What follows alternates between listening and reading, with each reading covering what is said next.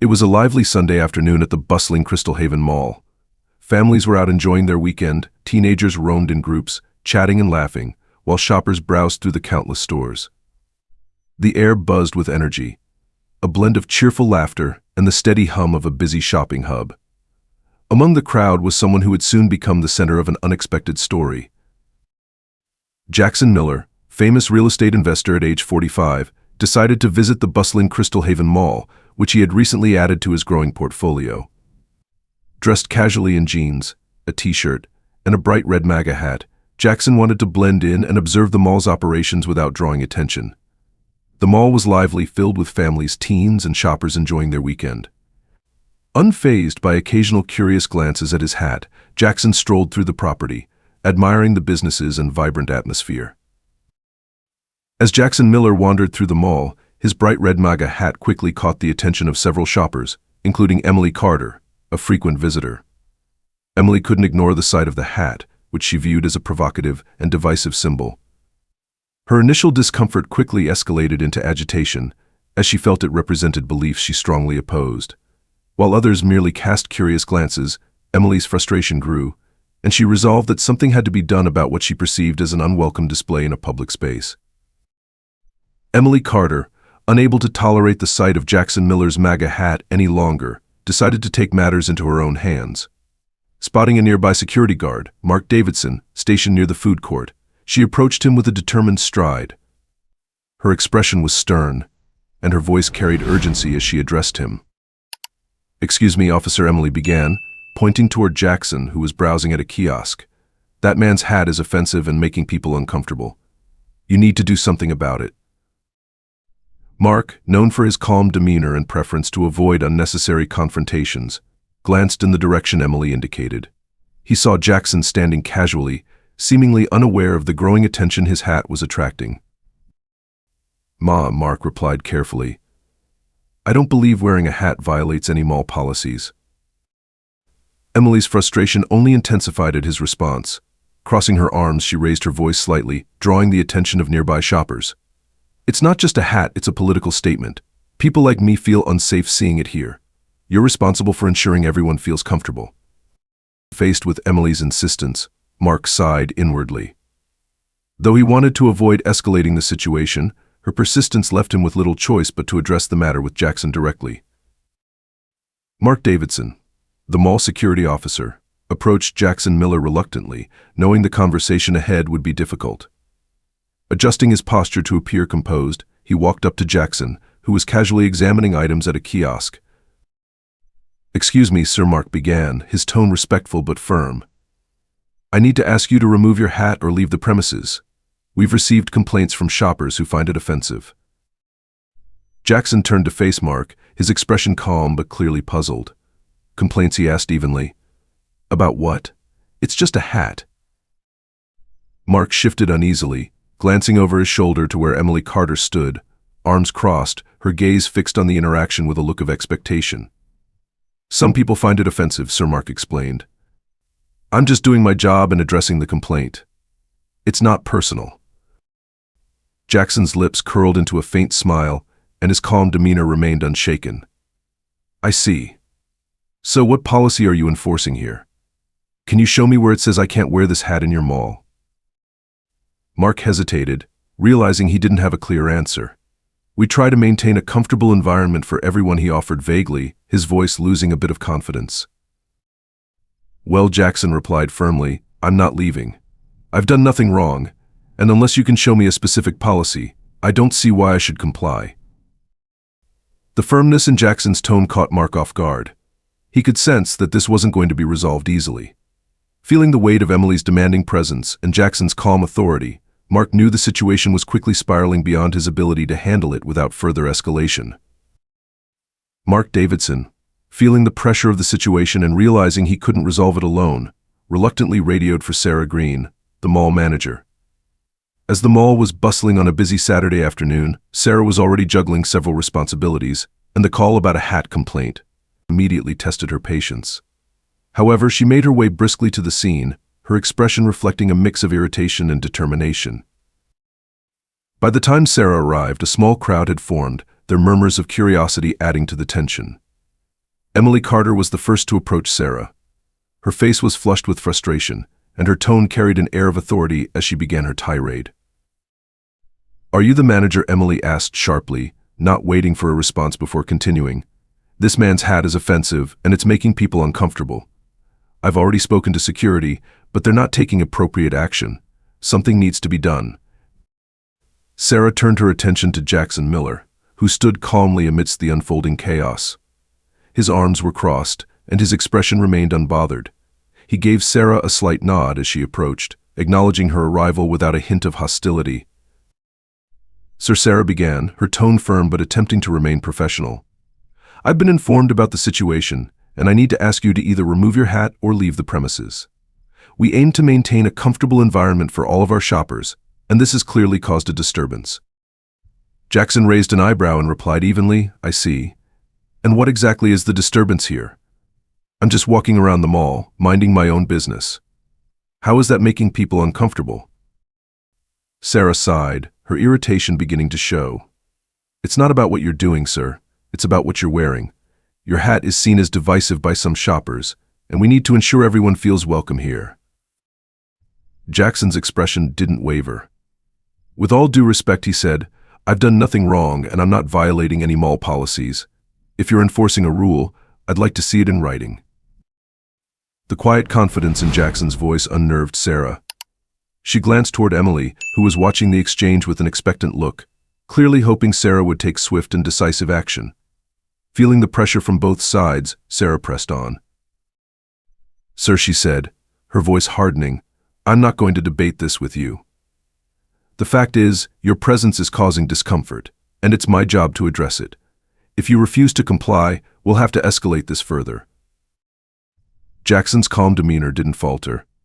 He met Sarah's gaze steadily and replied, "Then escalate it. Let's see how far this goes." Sarah's jaw tightened. She reached for her radio, signaling for additional security support. The weight of the moment pressed heavily on her shoulders.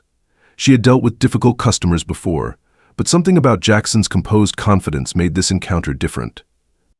It wasn't the anger or aggression she was used to, it was the quiet authority he exuded that unsettled her. As additional security personnel arrived, the small crowd of onlookers grew, their curiosity piqued by the escalating situation. Some whispered among themselves, speculating about what might happen next, while others stood silently, watching the scene unfold. Sarah turned back to Jackson, now flanked by two more security officers. "This is your last chance," she said, her voice firm and authoritative. "Remove the hat or we'll have to escort you out." Jackson didn't budge. Instead, he let out a small sigh and replied, "I've already told you I'm not leaving. I've done nothing wrong. If you're going to remove me, I hope you're prepared for the consequences." The tension in the air was palpable as Sarah nodded to the security officers, who hesitated briefly before stepping forward to escort Jackson out of the mall. As they guided him toward the exit, Jackson walked calmly, his expression unwavering. He glanced back briefly at Sarah and said, "You might want to rethink how you're handling this.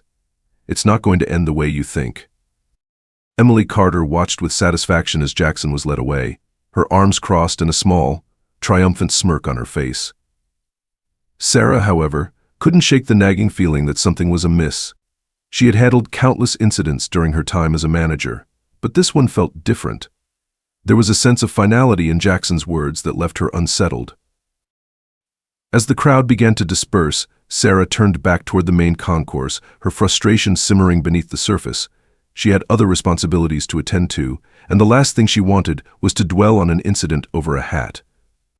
Yet, as she walked away, the uneasy feeling lingered, a small voice in the back of her mind whispering that she might have made a serious mistake.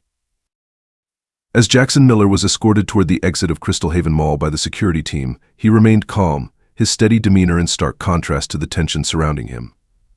His face betrayed neither anger nor frustration, just an unwavering confidence that seemed to unsettle everyone involved. The murmurs of the small crowd that had gathered earlier faded as onlookers returned to their shopping, but for those directly involved, Sarah Green, the mall manager, and her security staff, this was far from over. Mark Davidson, the lead security officer, had been tasked with walking Jackson to the mall's exit. Despite his professional demeanor, he felt uneasy. Jackson's behavior wasn't what he expected. Instead of protesting or causing a scene, Jackson appeared composed, almost as if he was in control of the situation. That composure made Mark question whether escorting him out was the right move. Sarah Green, standing a few feet away, watched the scene unfold with her arms crossed. She had hoped that removing Jackson would end the disruption, but something about his calm defiance didn't sit well with her. She couldn't shake the feeling that she might have misjudged the situation, but her frustration over the escalating incident clouded her better judgment. As they neared the mall's main entrance, Jackson finally broke his silence. Turning to Mark, he spoke in a calm but authoritative tone. "You've done your job well," he said, almost as if offering a compliment. "I understand you're following orders, but you might want to reconsider how situations like this are handled in the future." Mark glanced at Jackson, his unease growing. "I'm just enforcing the mall's policies, sir," he replied, though his voice lacked conviction. Jackson stopped walking, his eyes meeting Mark's. "And what policy is that, exactly?" he asked. "Because from what I've seen, there's no rule against wearing this hat." "This isn't about policy, it's about someone's personal biases." Sarah, overhearing the exchange, stepped closer. "We're trying to maintain a welcoming environment for all shoppers," she interjected. "Your hat is causing discomfort for some people, and we have to address that." Jackson turned to face her, his expression steady. "A welcoming environment," he echoed. "You think forcing someone out over a piece of clothing is creating that? Let me remind you, I haven't caused a disturbance. I've simply walked through your mall, observing and minding my own business." Sarah's patience was wearing thin. "Sir, this isn't up for debate. You're leaving because your presence is disruptive. If you'd complied earlier, we wouldn't be in this situation." Jackson's gaze didn't waver. "You're making a mistake," he said simply, "and you'll come to regret it." Sarah bristled at his words, mistaking them for a threat. "Is that so?" she asked, her voice sharp. "Are you threatening us now?" Jackson shook his head slightly, a faint smile playing at the corners of his mouth. "Not a threat," he clarified, "just a fact. You don't know who you're dealing with, but you'll figure it out soon enough." The weight of his words hung in the air, and for a moment even Sarah hesitated. There was something unsettling about Jackson's calmness, something that suggested he was in control of the situation despite being escorted out. The group resumed their walk to the exit, and Jackson left without further protest. But as he stepped outside, he paused briefly, turning to look back at the mall. His expression remained unreadable, but there was a sense of finality in his stance. For a moment, Sarah considered calling after him, but her pride wouldn't allow it. After Jackson left, Sarah returned to the concourse, trying to shake off the strange encounter. Emily Carter, who had been watching from a distance, approached her, a smug look on her face. "Well, that went better than expected," Emily said. "Thank you for taking action." Sarah gave her a tight smile, still unable to shake the unease Jackson's words had left behind.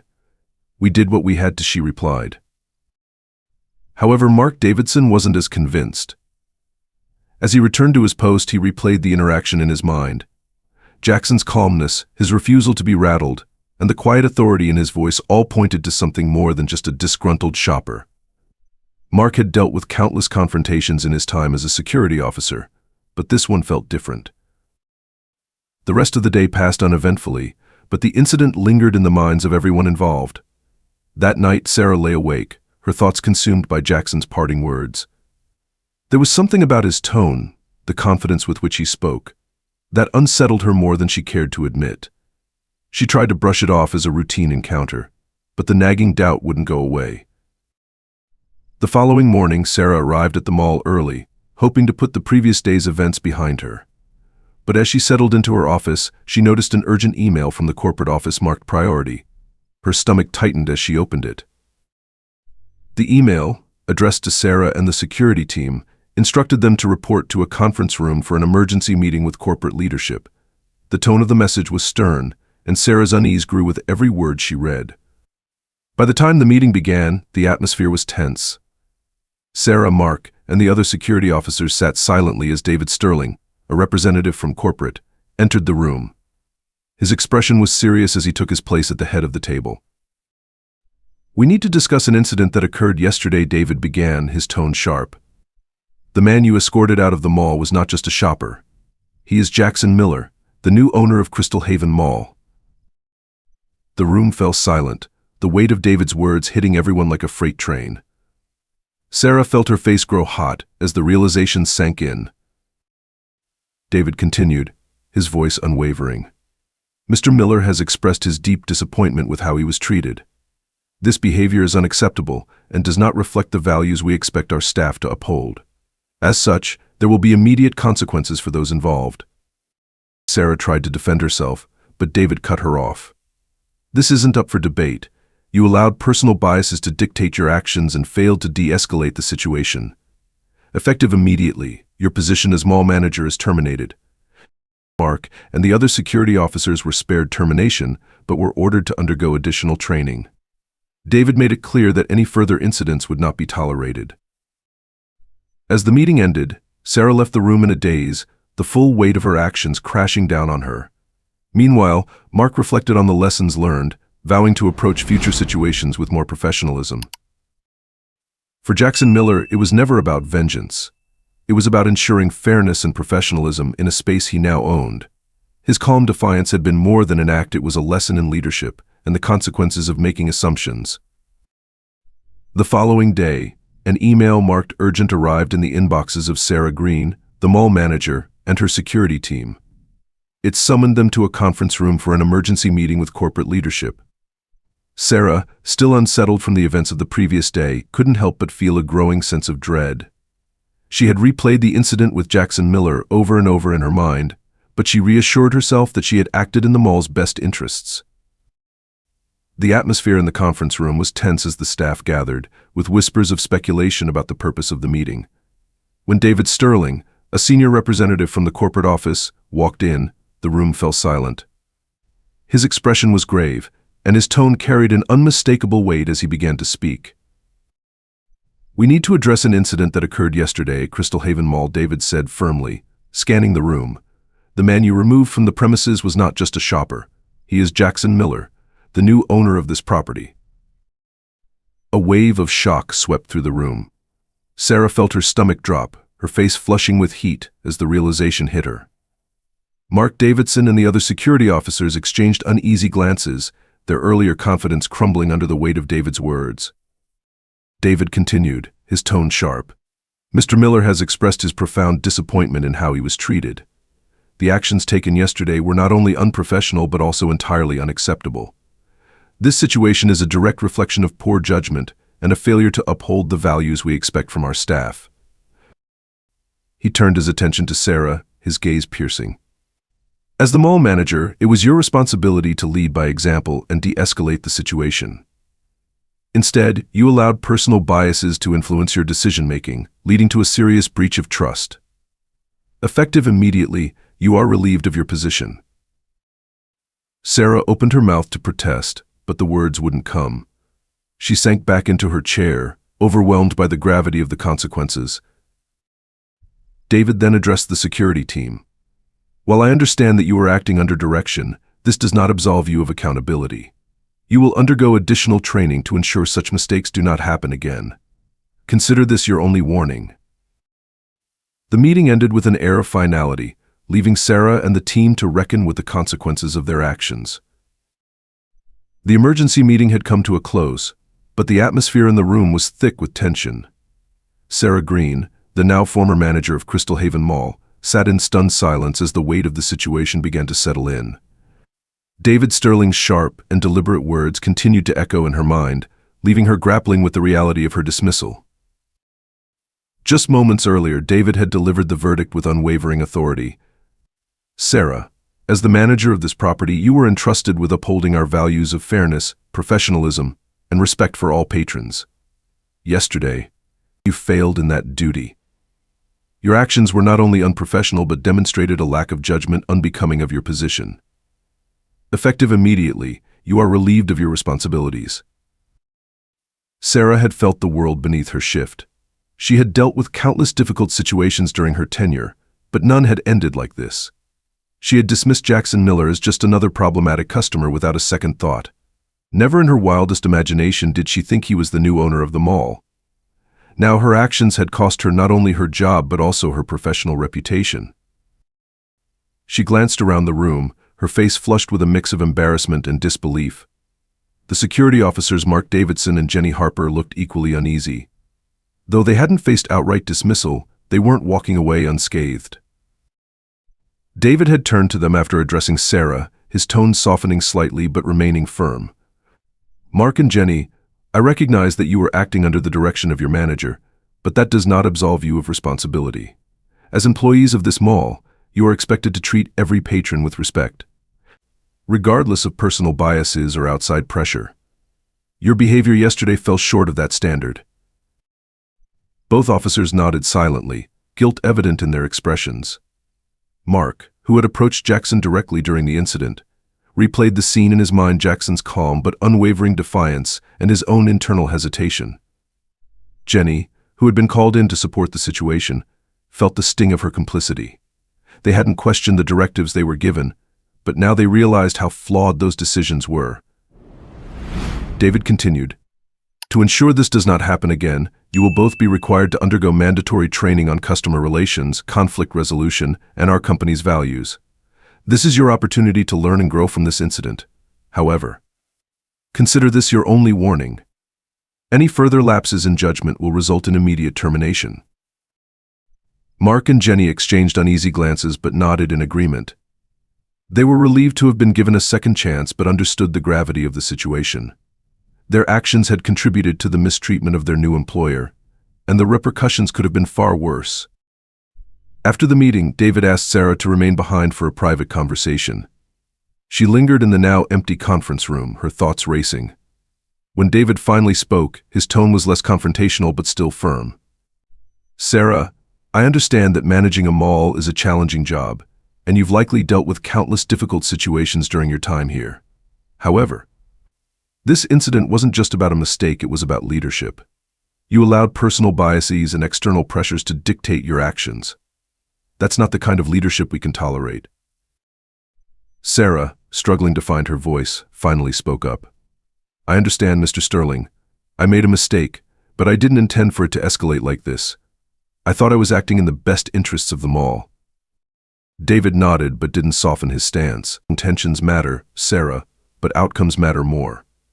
As a leader, you had the power to de-escalate the situation, to make a choice that aligned with our values. Instead, you allowed it to escalate unnecessarily. I hope this experience serves as a valuable lesson for you in the future." With that, David left the room, leaving Sarah to reflect on her actions. She gathered her belongings and walked out of the office for the last time, her emotions a mix of regret and self-recrimination. Meanwhile, Mark and Jenny returned to their posts, their minds still reeling from the meeting. The news that Jackson Miller was the owner of the mall had been a shock, but it also made them reevaluate their approach to their jobs. Both officers felt a sense of determination to redeem themselves. The new training program, designed to address the issues revealed in the incident, began the following week. Mark and Jenny participated alongside other staff members, learning about the importance of treating all patrons with respect, maintaining professionalism under pressure, and de-escalating conflicts effectively. The sessions were rigorous but enlightening, providing them with tools they wished they had possessed during their interaction with Jackson. As the weeks passed, the changes at Crystal Haven Mall became evident. A new interim manager, Rachel Carter, was appointed to take over Sarah's responsibilities. Young, enthusiastic, and eager to make a difference, Rachel brought fresh energy to the role. She made it a priority to reinforce the values that had been overlooked during the incident, holding staff meetings to emphasize the importance of fairness, professionalism, and mutual respect. Jackson Miller, though disappointed by the events that had unfolded, focused his energy on creating a better environment for the mall. He worked closely with Rachel and the corporate team to implement a new customer respect policy. Signs were placed throughout the mall, reminding both staff and shoppers that Crystal Haven was a place where everyone, regardless of their background or beliefs, was welcome. Mark and Jenny, now armed with their new training, began to embody the changes Jackson envisioned.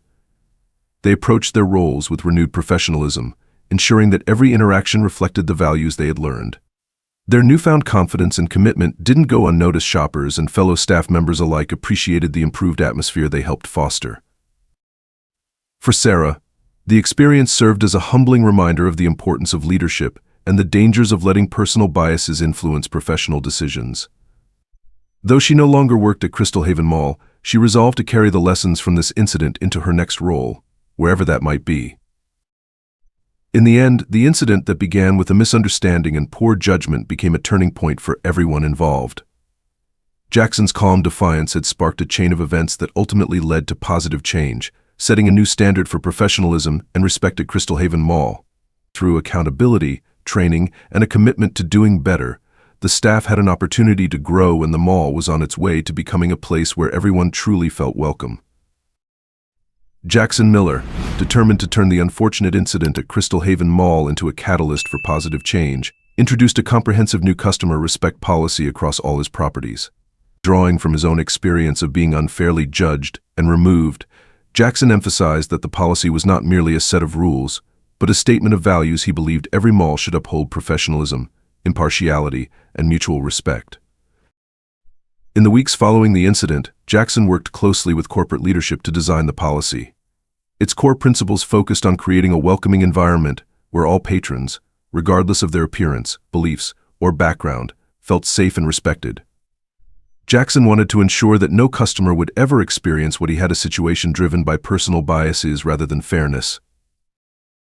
The rollout of the policy began with a detailed training program for all mall employees, including management and security personnel.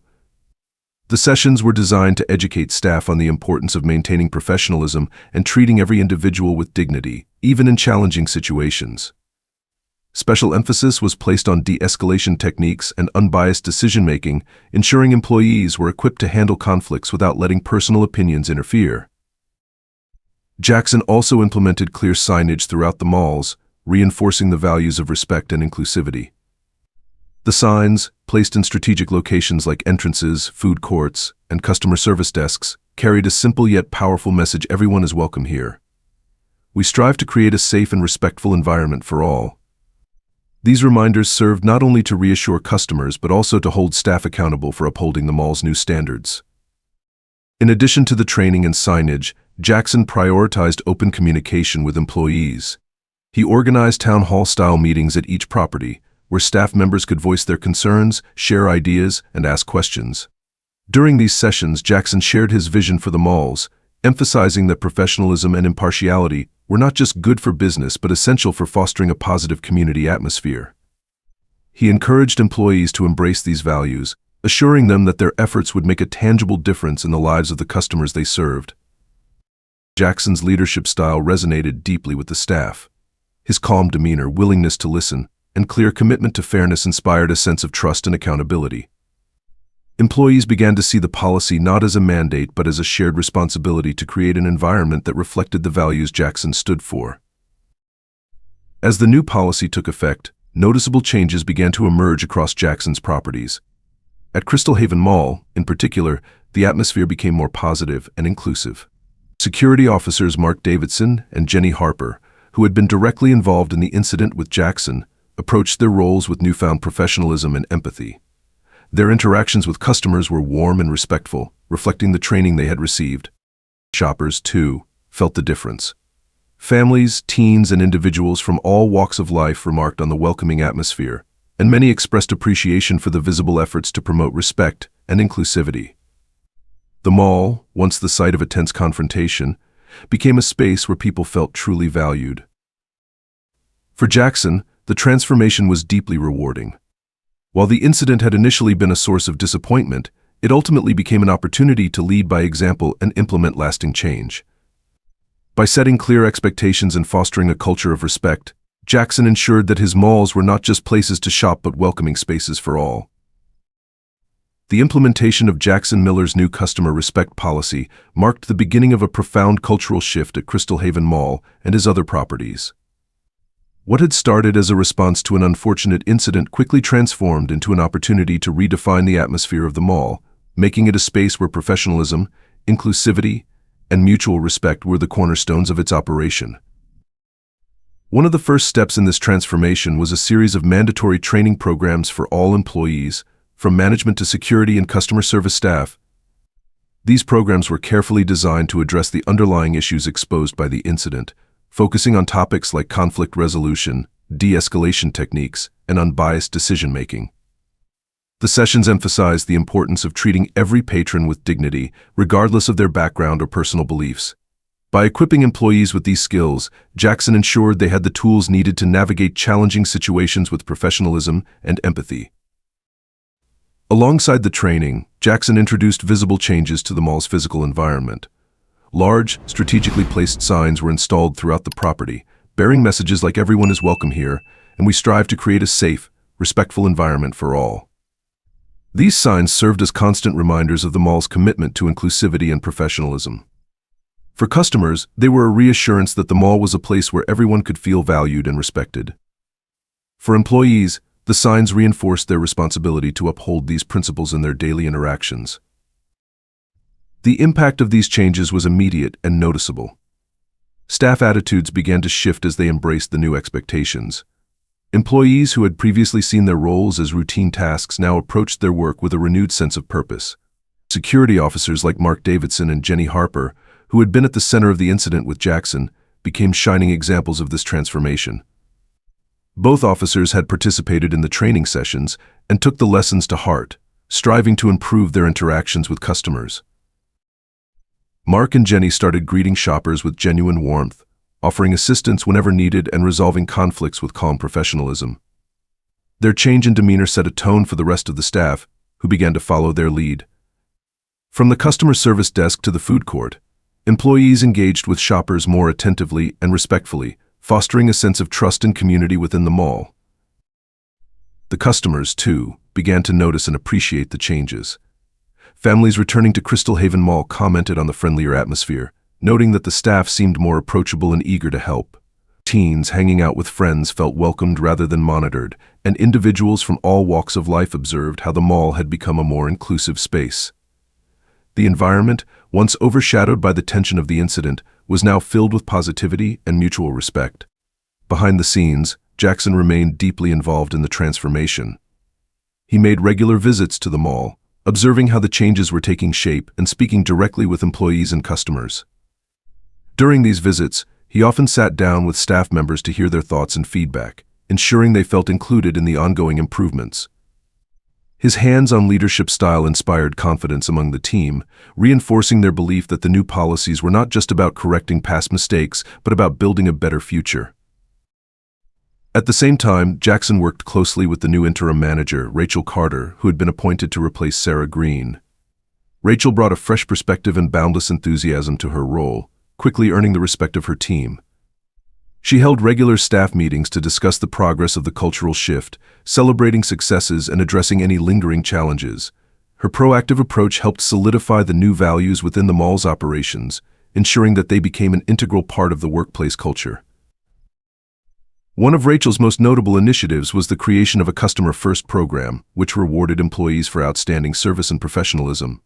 Staff members who went above and beyond to embody the mall's values received recognition in the form of certificates, small bonuses, or public acknowledgement during team meetings. This program not only motivated employees but also reinforced the importance of maintaining the highest standards of respect and inclusivity. As weeks turned into months, the results of these efforts became increasingly evident. Shopper satisfaction surveys revealed a significant uptick in positive feedback, with many patrons citing the mall's friendly staff and welcoming environment as reasons for their continued visits. The improvements also translated into financial success, as more people chose Crystal Haven Mall as their destination for shopping and leisure. For Jackson, the cultural shift was more than just a business strategy, it was a personal mission to create spaces where people felt valued, regardless of their differences. Reflecting on the changes, he often said, "It's not just about fixing what went wrong. It's about setting an example for how we treat each other as human beings." The once divisive incident that had sparked this transformation became a distant memory, replaced by a stronger, more united community within the mall. Employees carried out their roles with pride, shoppers returned with smiles, and the atmosphere reflected the core values Jackson had worked so hard to instill. Crystal Haven Mall was no longer just a place to shop, it was a symbol of what could be achieved when respect, professionalism, and inclusivity were made a priority. On a follow-up visit to Crystal Haven Mall, Jackson Miller immediately noticed a remarkable difference in the atmosphere. The tension that had hung over the mall during his previous visit was gone, replaced by an air of positivity and professionalism. As he walked through the bustling concourse, he observed staff members engaging with customers in a way that reflected the values he had worked so hard to instill. At the entrance, a security officer greeted him with a warm smile, a stark contrast to the wary interactions he had experienced before. The staff at the information desk were cheerful and attentive, helping shoppers with genuine enthusiasm. It was clear that the training programs and the new customer respect policy had made a tangible impact on their approach. Jackson also noted how the mall's visitors seemed more at ease. Families moved leisurely from store to store, chatting and laughing, while groups of friends gathered in the food court, enjoying their time together. Shoppers of all backgrounds felt welcomed, their interactions with staff free of judgment or bias. Stopping briefly near a kiosk, Jackson watched as a young employee assisted an elderly customer with her purchase, patiently answering questions and offering suggestions. Nearby, security officers Mark Davidson and Jenny Harper were helping a family find their way to a store, their demeanor friendly and approachable. Jackson gave them a small nod of approval, pleased to see how much they had grown since the incident. As Jackson made his way to the food court to sit and observe, he felt a deep sense of pride. The cultural shift he had envisioned was now a reality. The mall had become a space where respect, professionalism, and inclusivity thrived. For Jackson, this visit was not just about checking progress, it was a confirmation that the values he championed were transforming Crystal Haven Mall into the welcoming place he had always envisioned. During a follow-up visit to Crystal Haven Mall, Jackson Miller observed a remarkable transformation in the atmosphere. The once tense environment had shifted into a space filled with warmth, professionalism, and inclusivity, the exact cultural change he had envisioned. Walking through the mall, Jackson noticed the staff's newfound attentiveness as they greeted shoppers with genuine smiles and friendly offers to help. Families, teens, and individual patrons moved through the space with a sense of ease and comfort, their interactions with employees reflecting a mutual respect that had previously been missing. Security officers, customer service representatives, and store employees all seemed more engaged and confident in their roles. Jackson was particularly impressed by the thoughtful and proactive approach of staff members, who now appeared more focused on ensuring every shopper felt welcome. The strategically placed signs reminding everyone of the mall's values, respect, professionalism, and inclusivity served as visible markers of the cultural shift. Jackson paused by the food court, sitting at a table to observe the activity around him. He saw parents helping their children decide on snacks, teens laughing with their friends, and employees calmly assisting shoppers with directions or inquiries.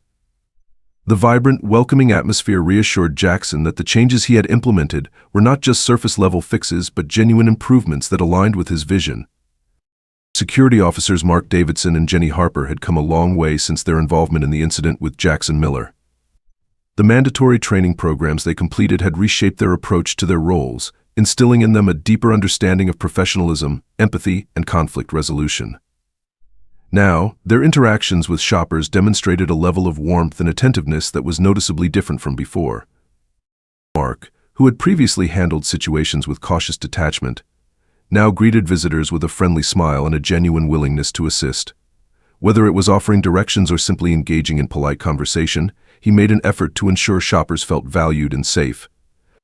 Similarly, Jenny had embraced her role as not just an enforcer of rules but as someone responsible for fostering a positive environment. Her calm demeanor and approachable attitude quickly put people at ease, whether they were seeking help or just passing by. One afternoon, Jackson watched as a shopper approached Mark, visibly frustrated after misplacing their wallet. Instead of showing impatience, Mark patiently listened, assured the customer they were in good hands, and immediately took steps to assist in locating the lost item. Meanwhile, Jenny could be seen helping a parent struggling with a stroller, offering a kind word and practical assistance. These small but meaningful interactions reflected the officers' growth and their dedication to the mall's new values. Their transformation didn't go unnoticed by other staff members or customers. Shoppers began commenting on how approachable and kind the security team had become, a stark contrast to the more rigid interactions of the past. For Mark and Jenny, the experience served as a turning point, reminding them that their role was not just about maintaining order, but also about fostering trust and community. Their efforts were a testament to the success of the training programs and the broader cultural change Jackson had envisioned. Jessica Turner, the newly appointed interim manager of Crystal Haven Mall, brought a fresh perspective and infectious enthusiasm to her role.